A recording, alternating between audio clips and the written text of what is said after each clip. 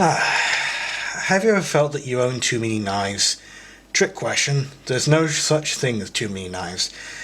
So I want to talk today about my 3-tool system. What is a 3-tool system? It's basically when you're going into the bush for long or short stays, you take 3 tools with you.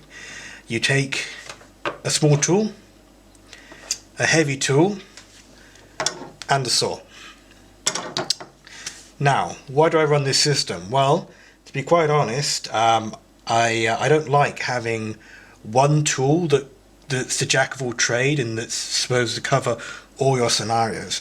Nothing's better for carving and fine work and for doing fine shavings in a knife like this. Nothing is better at processing wood and cutting limbs than this.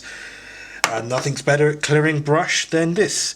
So instead of having just one tool that accommodates all these different scenarios, take 3 and have a good range. Now, it's really a no-brainer to take, certainly more than one, when you consider the lightness of the 2 tools at either end of the scale, namely the light tool and the saw.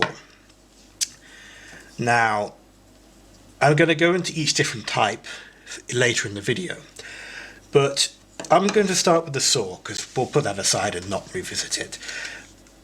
A saw like this is really, it's incredibly light. I think there's I think this is a Bahco, it's not got the name on it, I can never remember, Laplander saw. There's one in green which is very popular. It looks basically like this. I've custom duracoated it just for fun. But this is amazingly energy efficient way to process wood. If you see a felled tree, you can cut off large limbs with reasonably little energy expended. You can process smaller twigs with it. At a push, you can even hold up here and clear brush with it. So it's a really good versatile tool. You can even split with it, you know. But for processing wood, this is excellent, and for its weight, it's a no-brainer to take it up there with you. That's the saw. I guess the most controversial part is really the heavy tool that you take. So I'm going to go over light tools next. Now, I've arranged my light tools here in order from smallest to the largest, roughly speaking. I say light tool, but really anything that's a knife I'm considering the light tool. Something you could call something like this a knife, but you see what I mean here with these. Now, the whole point of it being a 3-part system is the fact that you don't need your light tool to be this big. You've got a heavy tool for that. So I would put big knives like this out. They're great fun, but I wouldn't take it in with me. Also, the edge grind is very important. These have got these kind of factory bevel edges, and they're good. But for fine work and work where you need a lot of control, such as making a feather stick, they're not exactly the best. Also, it's harder to have control over a bigger tool. So I would leave these aside. They're good general purpose. If you haven't got a heavy tool, then I might get a larger knife to bring with me. But the whole point about this video is that we have a heavy tool, a saw, and a light tool.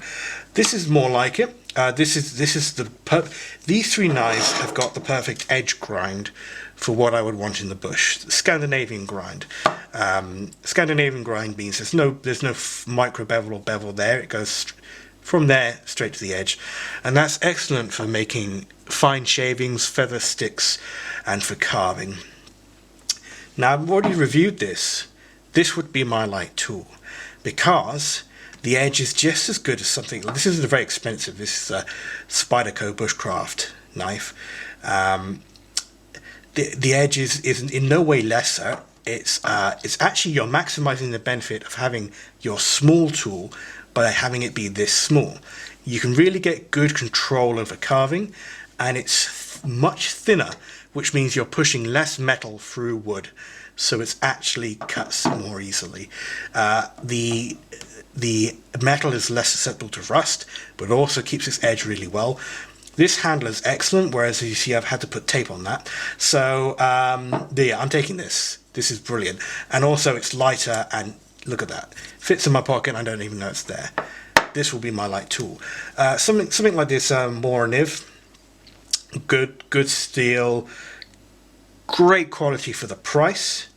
But I don't quite like the tang. I mean, I would probably feel better batoning on this, which I don't need to do, remember, because I got the heavy tool, than on this. And also it doesn't have a 90-degree spine for casting sparks on it, so I'd have to use the edge.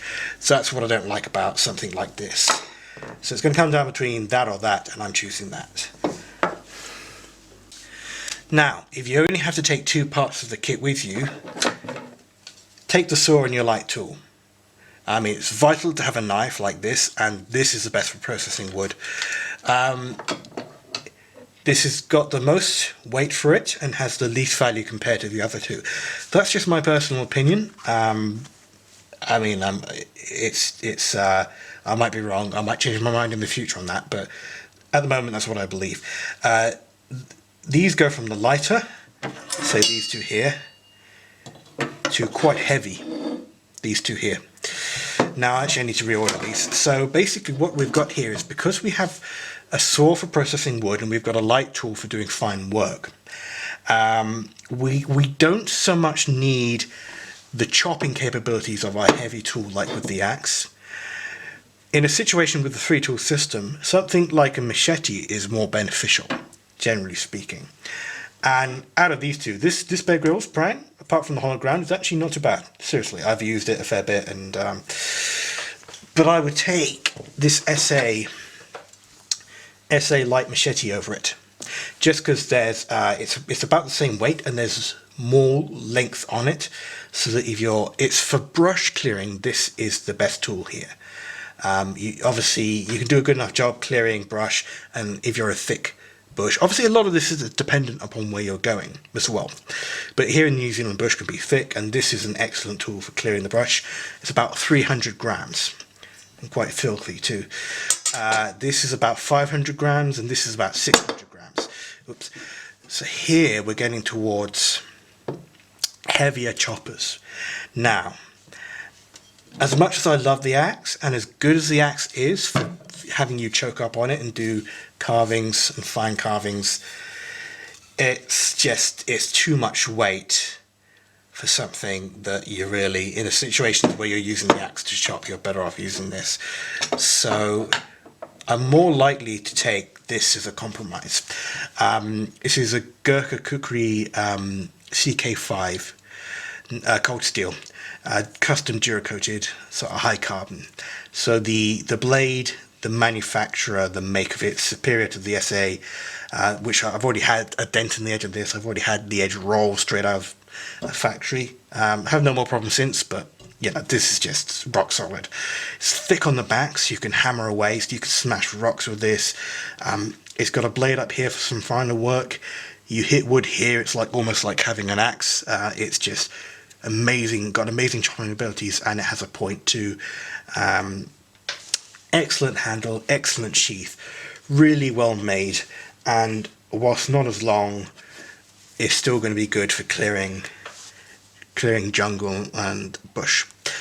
Also, it's got a better sheath, it sits better on the belt. So as for a heavy tool, I'm really going to be picking between those two. Realistically, if I've got a lot of woodwork, or if I'm just trying stuff out, I might choose this for fun occasionally, but realistically, if it's a serious situation, I'm going with one of these two. And which way I go on that depends a lot upon where I'm heading to. If it's going to be a very thick bush, probably more this. If it's going to be a little clear, or a variety of terrain, where I'm going to be going from, scrub to trees and bush, and there might be a lot of dead trees and such, I might go with this a bit more. So, also here is a comparison of the sheath. So this is a makeshift sheath I use for the Esee. It's really not too great. This is a Kydex sheath for the Colt Steel. It really is most excellent. It won't get mouldy, keep water. It's very, very good.